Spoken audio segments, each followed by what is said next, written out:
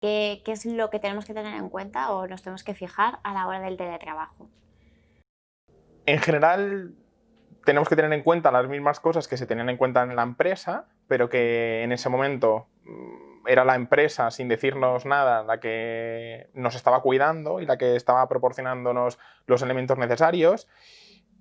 Pero ahora, en casa, somos nosotros quienes tenemos que atender a estos elementos y quienes tenemos que intentar adaptar el entorno, aunque no sea una oficina, sino nuestra casa, a nuestra función del día a día.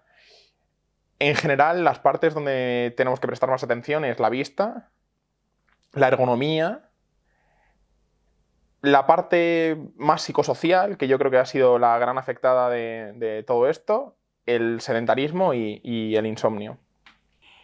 Hablando de todo eso, vamos a empezar por los riesgos esqueletomusculares, ¿vale? ¿Qué es lo que tenemos que tener en cuenta? ¿Qué tenemos que centrar nuestra atención? Aquí hay 4 puntos básicos, que es mantener la cabeza recta y apoyada, mantener la espalda apoyada respetando las curvaturas naturales, no como un palo, porque la espalda naturalmente no es así, mantener las muñecas alineadas y un último punto que es mantener brazos y piernas en 90 grados y dentro del eje corporal. ¿Por qué tenemos que hacer esto? Porque los trastornos musculoesqueléticos siempre han sido, hasta hace, vamos, no tengo los datos exactos, pero hasta hace muy poquito ha sido la primera causa de baja en España y se ha cuidado mucho en el trabajo porque efectivamente el trabajo de oficina supone un altísimo riesgo de desarrollar trastornos musculoesqueléticos como la inflamación del manguito de los rotadores, el síndrome del túnel carpiano, lumbalgias, cervicalgias o el codo de tenista o epicondilitis lateral. Son riesgos que ya estaban y que ahora se han triplicado. ¿Por qué? Porque el entorno de trabajo no está adaptado. ¿Qué podemos hacer para conseguir esta postura correcta? Podemos utilizar un cojín cervical, por ejemplo, para apoyar nuestro cuello. Podemos utilizar sillas con reposabrazos, si es que disponemos de ellas. Podemos utilizar adaptadores lumbares para que nos mantengan la espalda bien colocada. Y esto posiblemente es lo más fácil de conseguir y de las cosas más importantes, que es un reposamuñecas. Los reposamuñecas nos permiten tener la mano y el brazo alineados y por tanto evitar el síndrome del túnel carpiano, cuyo factor de riesgo principal es el trabajo de oficina. Es decir, aquí es indudable. El principal factor de riesgo para desarrollar este trastorno es trabajar en un ordenador. ¿Y qué nos dices de la vista? Porque es verdad que bueno, el uso de gafas quizá ha incrementado desde que trabajamos con ordenadores, cada vez trabajamos más el ordenador, el móvil. Ahora, claro, el teletrabajo es un horario un poco flexible, ¿no? Nos tiramos quizá más horas enfrente del ordenador, luego después del ordenador va el móvil, estamos todo el rato enfrente de una pantalla. Y aparte la posición que tenemos que tener. Cuéntanos un poquito.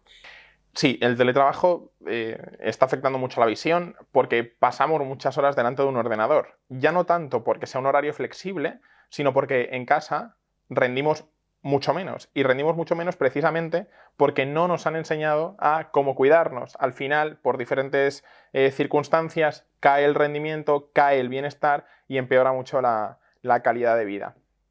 Entonces, el caso es que al final, al cabo del día, pasamos muchas horas, nuestra visión se ve afectada. ¿Por qué? Porque hay una visión fundamentalmente cercana, donde el cristalino, que es la parte del ojo encargada de enfocar los objetos, está casi todo el rato contraído, estamos expuestos a luz azul, que es la que proviene de los dispositivos electrónicos, y en consecuencia desciende el parpadeo.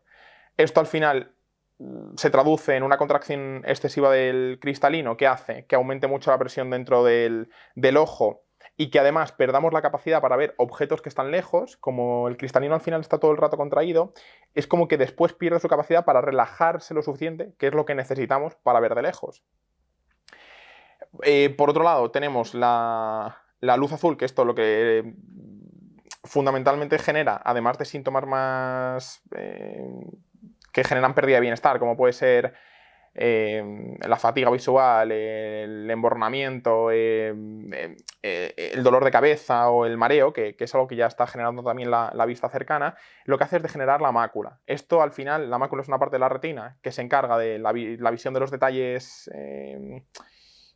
más finos o de la parte de la vista como más compleja, y por tanto al final se acabaría traduciendo en una pérdida de este tipo de visión. Y por último, el descenso del parpadeo generaría una sequedad ocular que estaría fastidiándonos mucho el día a día, que nos obligaría muchas veces a parar de trabajar porque nos pican los ojos, nos llenan los ojos, nos escuecen.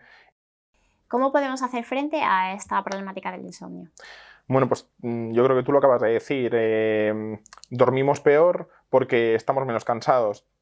Y efectivamente, yo creo que las grandes consecuencias de hacerlo todo en el mismo sitio, que es algo que nos ha traído el teletrabajo, que es que vivimos en casa, trabajamos en casa y hacemos todo en casa, es el sedentarismo y el insomnio. Y una cosa se relaciona con la otra y además una cosa potencia la otra.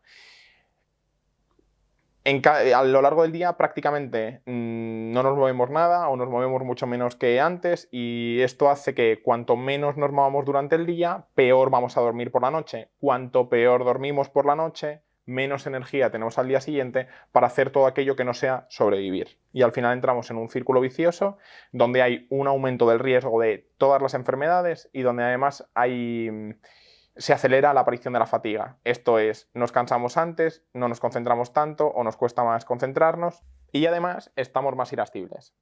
¿Qué podemos hacer para esto? Pues activarnos más durante el día. Tenemos que intentar aprovechar cualquier oportunidad de movimiento, tenemos que intentar no pasar demasiadas horas sentados, cualquier oportunidad de movimiento que nos dé el día a día, tenemos que cogerla.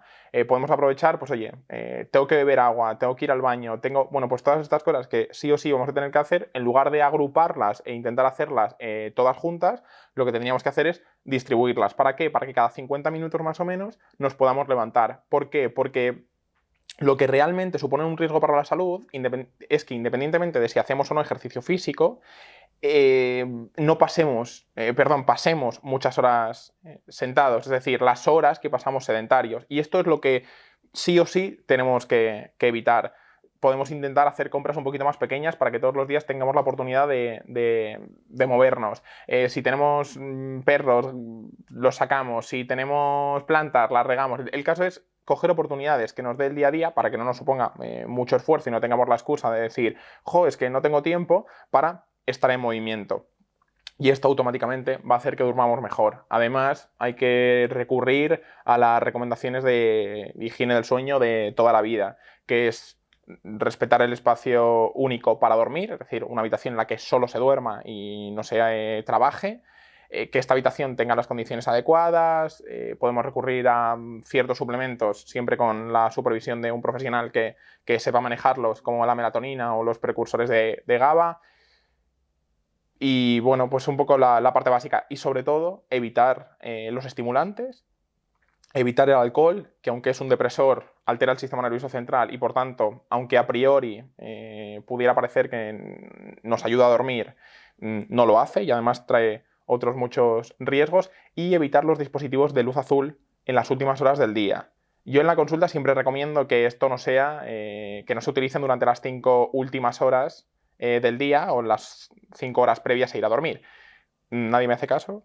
Es una recomendación que a día de hoy es muy difícil de cumplir, soy consciente, y por tanto, bueno, me conformaría con que lo dejásemos en la hora previa. Porque la luz azul lo que hace es estimular los fotorreceptores y le manda el mensaje al cerebro de que es de día y por tanto no va a activar toda la maquinaria necesaria para ir a dormir, porque él cree que es de día. Y además activa una parte del cerebro que se encarga de la alerta, de la emergencia, de prepararnos para una situación de crisis, como para una amenaza.